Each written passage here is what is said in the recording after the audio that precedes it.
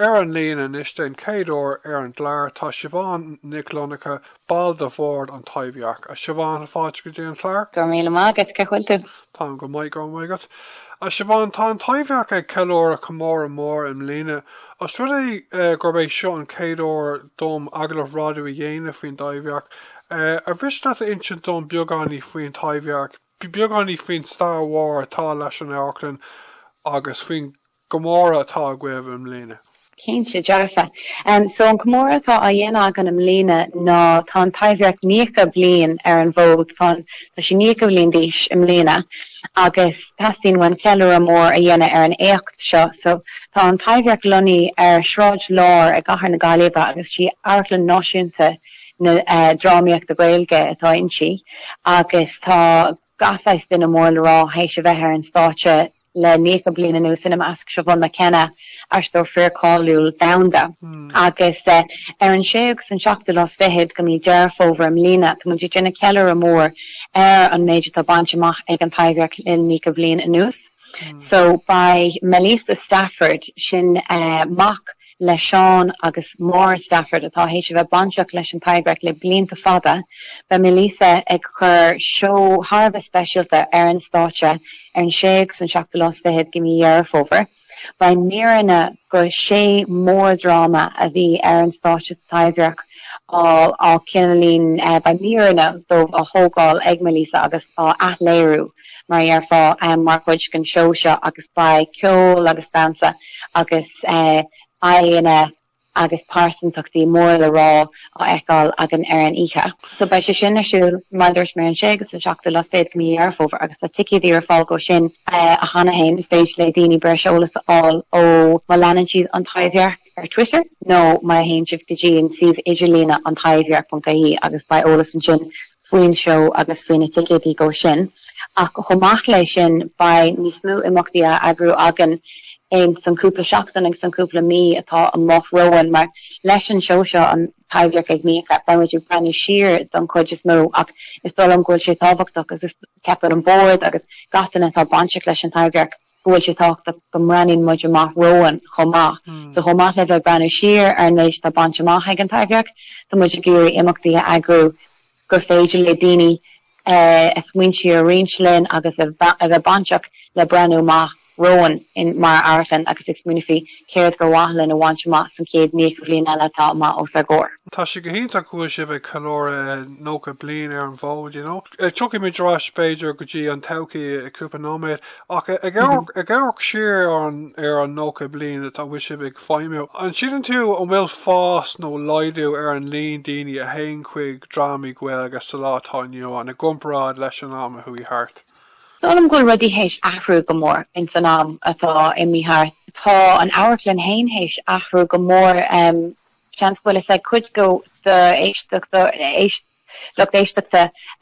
chuir le tine tragóideach in san Amharclann cúpla bliain ó hen agus bhíon Amharclann dúnta ar fad tréis fada agus tá sé roscail sinis le chuan is ceithre bliain is dólam ach cné mé omlan cinint frisin ach so tá an Amharclann hain hééis athrú go mór tá an lucht fécin a hééis athrú in san cuias go bhfuil muid bhí Amharclann óige in san Taibhdhearc banseach le na crosan tanna a bhí an Amharclann óige gus bhí sé banseach le Mark McLaughlin agus brandú drámaíocht agus thug sé sin fuinneamh nua fuinneamh difriúil gan Amharclann agus mar chuid go bhí mé sé ins na crosan bliain dó hen agus chuir mar cúpla drama nua scríofa chuir ar státe rinne mar léirú a drámaí Chekhov a Gaeilge le so bhí rudí nuáilíoch á dhéanana agan mar chuid go sin agus bhí sé thabh a bronnach gur chur stop lei sin beagganí mar gheallar an sinna agus just an am in a hála sé agus cean gona príomhrodí a hasnú aimse bhaint amach agus mé ar an mód ná go gur mu tús a ríis le Amharclann óige na Taibhdhearca mar sin is mór chuidí sin go forbert agus go todhchaí Amharclann go bhfuil mar bhaint agan leis an céad éas ógáil agus an céad an talanna acugus na gochanna sin a flostal ar an státe agus i deáil in san lucht fécanna. So is dólam gur am Harbh tábhachtach seo gun Amharclann tá muid ag crossfóchar mar dheartha agus muid ag brandú siar agus muid níocha bliain díos ach mardairt mé breú marrón agus ag lorug gochan nua, aigen nua, perspective nua le chuir ar an státe. Agus actually ar an ábhar sin tá mu ag lorug scriptena just arachla bhfuilíine in math do lochdéisteachta tá smuoinmh acu go drama agus a hasí mothú eáil ar státe. Tá mu ag lorug scriptena nua faoi láthair. An rud a cathaí daoine dhéine nó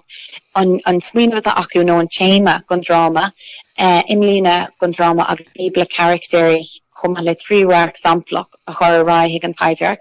agus an rud atá an ná tá ba panel go daoine eibrin in san airneil seo, tá siad chun na scriptin ar fad a léamh, na scriptin ar fad a chuirtar strahagan, agus aon cean aránatar ba €2,000 an gon scríbnóir gon scripta arbert in a drama go bhéit bhí a chur ar státe agus ba ag chuir scripta ar fáil freisin an carú leis an brosé sin. So is deis mór sin go daoine Beidir nach le banseach leis an Taibhdhearc hána dar nói tá lán fáilte ra daoine atá híis a bheith banseach leis an Taibhdhearc hána scriptin na chuir strahagan ach arachla go méid aine tá géisteach atá smuoinmh acu agus ní léon srían nó ein bach ar ein smuoinmh is cuma cén sais ábhar atá in san drama mas drama grand, drama túil, drama tragóideach is cuma céad é ach an smuoinmh a chuir strahagan. So mar chuid an próise seo mu ag lorug scriptena raibh an céad lás fihead go mí meámhóver. So sin just faoi trí seachtain rón ach ag an am céine is cuma fiú muna bheilinte sin go duine ag an faoi láthair bí muid gcónaí ag lorug scriptena nua le forbert agus le chuir ar státe agus ach go háirithe inis agus na scriptena seo há lorug agan agus na drámia arbert le chuir státe détí de chuir státe an bliain se thugan nó é fithe nóir is cahar cultúra na Eorpa i Gaeilge é fithe so is bhfuil an ghfuil gur am ionach é na scriptena seo chuir strahagan agus gúil deis mór le tapúin seo don Amharclann agus dúine le gochna nua agus le talan nua arbert agus chuma aine tá máinte le smuoinmh acu go drama seo an tám an smuoine sin a chuir strahaigh an Taibhdhearc agus déta go méid €2,000 an gon scríbnóir leis an drama arbert le chuir státe. Siobhán, an siúdan tú bhfuil mór an seans an go méid sibhan an cór leis an líon spás atá goibh do bhór lucht fécanna ag éon am sa todhchaí? Aber sin Tá gom bhfuil spás a goibh le haid beagnach gá cé daoine a bhar lucht fécanna in ortá drámaí ar siúil nach bhfuil? Céad cear go hochtaíoch an is stoilm. An siúdan tú bhfuil mór an siúdan tú bhfuil mór an seans an go méid sibhan an cór leis an líon sin ag éon am sa todhchaí? So chuí bhfuil an Amharclann faoi láthair ní dólam go bhhéit fí sin dhéana ach ní sin lerán nach féiteach linn cadre nascin dhéana le síbanna eile agus le smuointí nuaíoch go chur ar smuointe dramatúil smuointe dansa ceol gahar an hais sin a chuir státe Mali dúchúla Malíntúla. So an mór drama a bhí ar siúil agan am lína ná drama le dark mac an omra ar bhan an buite agus bhí siúil mar chuid go féile alína na Gaeilge an míúil seo atá dúrach imi agus bhí anarach go jo leis an léircháin sin bhí an drama bhí an Amharclann lán go béal chuile ihe bhí an drama ar siúil agus háse go mór le lucht fécanna agus chuirú an drama sin ar státe le takeíocht agus le muoinú ó cúpla agriocht dúrfúil ach ina measc Amharclann na manisteach im lá lia agus támuid inis ag brenn marrón agus a brenn ar cin chuir gur féidirlinn an culture sin le Amharclann na manisteach im lá lia a arbert agus tá sin tácht a gomsa a gohairthe mar mé sin macóí im lá lia agus tá mé sé agsúil agus mé mar bháil go bord go féidir lomsa ceir leis na nasca sinna a arbert agus go main is smúga deis ag lucht fécanna ó tíh mo a Gaeilge ach go háirthe an cóphobal ionach láidir Gaeilgeoirí atá am lá lia gur féidir na nascanna sinna arbert leis an Amharclann go féidir le daoine gol go Gaeilge le léirchanna eáil in an Taibhdhearc ach freisin gur féidir leis an Taibhdhearc teacht hiag cóphobal eile im lá lia nó ag chuitina eile an tír. bheith sin ítach, Ar bhris leat aonse dún faoin beidir go dragar tú beganí faoi Siobhán féin. Ar bhris leat aonse dún faoin rámí a bheith has spáinte go sa míonna tá Amharclann sa Taibhdhearc. Cínte dearfach, well actually is dólam go tú fáil scoop an seo Darren mar mé dúirt na hééis fála ó ané for mé amach by drama by ihe harb specialta a chuir an státe agan ar an seachtú lá go míonna saona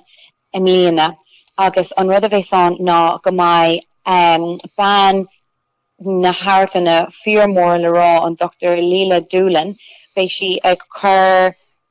show harb specialta ar státe agus I ag jinna cuibna ar réalt na Taibhdhearc Siobhán McKenna a bhí banseach leis an Taibhdhearc agus a bhí ar státear fud an dain. So by si sin a chur an cuibna ag Leila Doolan agus by ceol á chaint agus a chur státe ag Rita Conneely agus a partner Sean Davy. So by si sin a chur ar státe ar an seachtú lá go míonna saona agus go muid dúrcéis álamach go mai si sin á dhéine a ggófortíocht le ollscoil na héir an Gaeilge agus go mai uachtarrán na hallscoile céar na hógartaí á chur an ihe I láthair agus mar MC ar an ihe agus go mai takeíocht á álagan ón ollscoil an isisiíon agus lei sin Harbh táchtach mar tá sean nascanna ag gol siar idir an ollscoil agus an Taibhdhearc le blianta fada agus tá sé Harbh tácht is go leanan muidirrá ag forbait na nascanna fíor lochhuir sin. So mar dúirt mé breise sin arsúile an seachtú lá go míonna saona a mbliana in san Amharclann hain agus is anna ihe go jo a bheith an sin. Chomach lei sin luaí Mheán an séú las féad agus an seachtú las féad go míar fómhair go mai Taibhdhearc ag gníocha á chur státe na híonnta sin.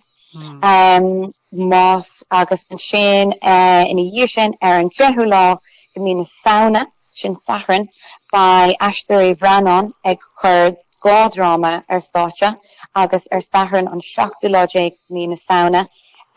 by Aisteoirí Bulfin ag chur dearmid na fola ar státe. Agus an ceanháin eile gur míon gur dastíim a lua ná go mai gamracht na nolog nó pantó na nolog a chur ar státe agin a mí na nolog. So má tá aine ag géirí a bheith banseach leis an gamracht fáistí agus daoine fásta má tá gur bheith ar státe mar chuid mí gamar sin tar deagháilinn in san Taibhdhearc. nó má hastíon breis ólas nó ticidí bha aine go hainceann go na híonnta sin. Mar dúirt mé an ceiliúradh ar Siobhán McKenna ach gur láthair ag Leila Doolan ar an seachtú lá go míonna saona. Taibhdhearc ag gníocha ar an séú las féad agus an seachtú las féad go míar fómhair agus an sin drámaí ag Aisteoirí Bhreanáin ar an 10 lá go míonna saona agus Aisteoirí Bulfin ar an seachtú lá déag go míonna saona. Aon ceann acu sin tar deagháilinn sa Taibhdhearc is féidir ólas aáil ó má leanan sibh an Taibhdhearc ar Twitter sin an Taibhdhearc ar Twitter sin an handle nó donna mé féin at Siobhán Nick F ar Twitter nó tar deagháilinn tríd an Vigilina agus is féidir breise ólas áil faoin na ticidí a cheannach agus ólas áil faoin na drámaí eile a bheith in san pipeline mar dheartha gon bliana atá amach roin. Sinna méid dá gom gotí seo atá in san schedule gotí seo.